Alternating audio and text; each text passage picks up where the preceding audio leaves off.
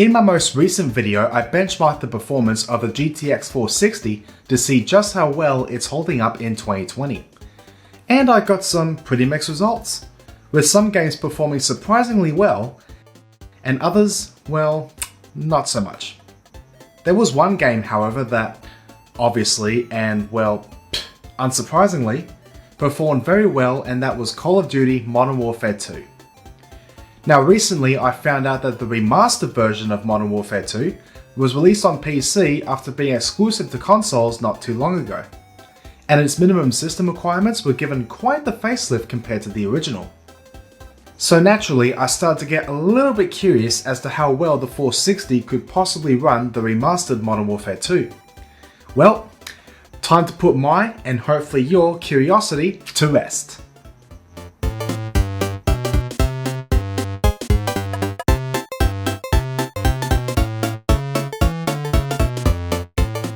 Arcade Rewind is an Australian-based company that is driven to bring the arcade experience directly into your own living rooms.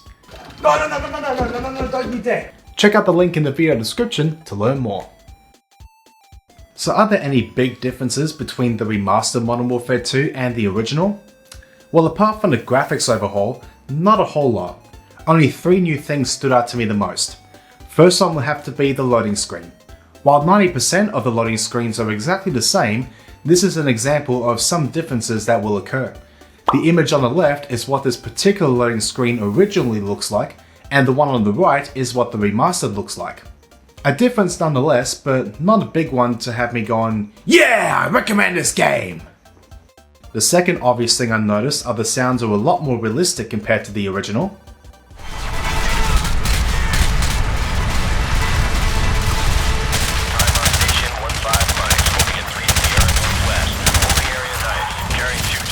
And finally, the third thing I noticed, and kind of a big one for me personally, but anyone who has a 21:9 ultra-wide monitor like I do can rejoice! Because the Modern Warfare 2 Remastered natively supports ultra-wide aspect ratios. And that's pretty much it.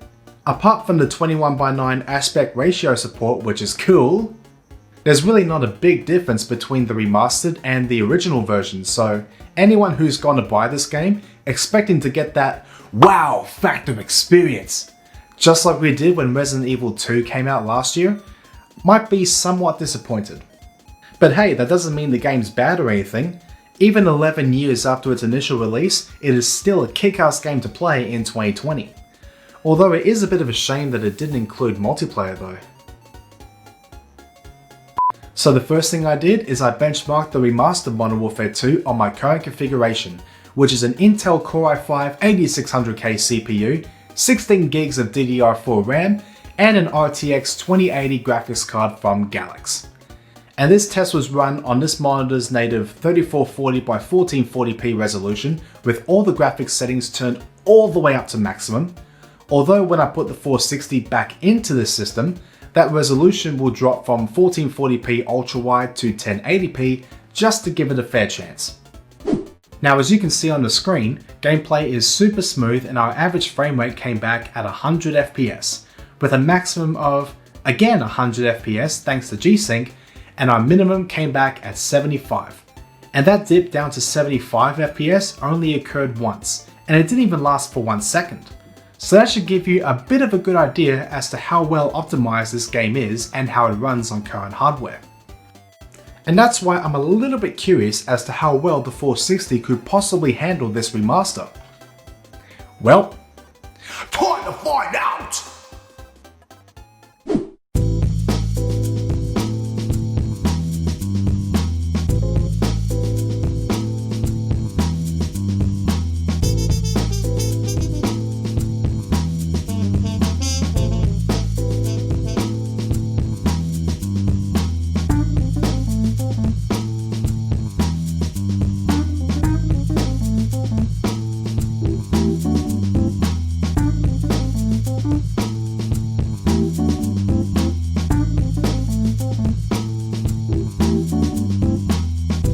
And there we go. The GTX 460 is back in the system, ready to be tested. Except I overlooked one important factor yet again. Ugh. Just like in the previous video, I completely forgot that this graphics card only supports DVI and HDMI mini connectors. And for starters, I don't have an HDMI mini cable, and secondly, this X34 monitor doesn't have DVI connectors on it. So that resulted in me taking out this monitor that does have DVI connectors on it, although I had to resort to this janky looking setup on my desk, which is making a huge mess of my beloved gaming space. I was about to yell at myself for being such an idiot, but then I realized that the neighbors were sleeping since it was 11 PM. But hey, it was only going to be set up like that for just one benchmark, so I'm very sure I'll still be able to sleep at night. Now speaking of benchmarks, GTX 460 Modern Warfare 2 Remaster? Let's see how she runs. Now just a quick recap from the previous video when I benchmarked the original Modern Warfare 2 at 1080p maximum settings, the average frame rate came back at 95 FPS, with a minimum of 31 and 1% and 0.1% lows of 41 and 1 FPS. Now despite there being a major gap between the 1% and 0.1% lows, the overall gameplay performance of the original Modern Warfare 2 on the 460 was overall very enjoyable. However, when we switch over to the remastered version of Modern Warfare 2, not only did we have to resort to the 2009 method of recording the gameplay footage with the camera, but as you can see on your screen, it really looks like a PowerPoint presentation getting anywhere between 4 and 8 FPS. To say the least, it is a little bit unplayable. But I know you guys don't want to see a PowerPoint presentation, so what I'm going to do now is lower all the graphics settings down to the absolute lowest they can go, but keep the 1080p resolution and see exactly what happens. And holy crap! The performance is literally night and day. I mean, sure, it doesn't look as great as what it did with the maximum settings, however the frame rate came back as an average of 49 FPS, with a minimum of 17 and 1% and 0.1% lows of 18 and 15. So overall, not the prettiest thing to look at, however the performance is still pretty smooth, and when you consider the age difference between this graphics card and this remastered re-release, the numbers that we're seeing on the screen are honestly very interesting. So what I decided to do next is drop the resolution down from 1080p to 720p in hopes of going underneath that 1GB frame buffer, and even though I failed on that part, the performance still increased. This time our average frame rate came back at 70 FPS, with a minimum of 36 and 1% and 0.1% lows of 38 and 35. Definitely a lot smoother of an experience, but compared to 1080p, the image looked a lot worse. And this is where I would say I would much rather prefer playing this game on this kind of graphics card at 1080p 30 to 50 FPS than I would at 720p at 60 FPS or higher. Now some of you might have a different opinion, and you have every right to. I like to search for that sweet spot of getting the best visuals as well as the best performance. So in my personal opinion, what is the best way to play the Modern Warfare 2 Remaster on the GTX 460? It would have to be at 1080p at the lowest settings. Unless for some reason you have a 720p monitor, then in that case 720p low settings. So conclusion time. Was this a success? In my personal opinion, I have to say yes it was.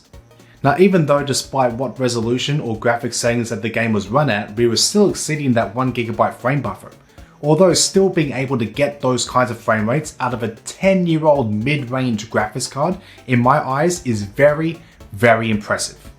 And in the last video, I revealed that the 460 sells on eBay for as little as 15 US dollars, which again is roughly 24 Australian dollars. And getting those kinds of frame rates out of a graphics card that doesn't cost more than a meal at KFC, it really is a no-brainer purchase for anyone who's on a very tight budget. Although for the majority of us, would I actually recommend going out and getting a 460? No. There are just too many reasons that don't make it a viable purchase anymore. Reason number one, Nvidia no longer supports the Fermi architecture, which powers the GTX 460. Reason number two, it uses a lot more power compared to other entry-level offerings these days like the GTX 1650 or AMD's Radeon 5500 XT. And both of those options will easily outperform the GTX 460. Reason number three, it doesn't support the latest APIs like DirectX 12 and Vulkan, so any games that run on those APIs will not work with the 460. Reason number four, It doesn't support Nvidia's latest offerings like multi-frame anti-aliasing and G-Sync variable refresh rate technology. But despite all that, the GTX 460 has made its mark as being an absolute beast of a performer on the mid-range market, and perhaps being the best example of price to performance. Well, I guess this wraps up the GTX 460 videos on this channel. For now. In the meantime, it's gonna go back onto the shelf and take its well-deserved break. But the next time that a well-optimized AAA game is either released or re-released, expect to see the 460 come back. Well, thanks for watching guys. If you enjoyed this video, don't forget to drop a like on it, and also don't forget to subscribe if you haven't done so already for more future content headed your way, and hopefully I'll catch you in the next one. Okay, here we go, and boom! Building goes boom!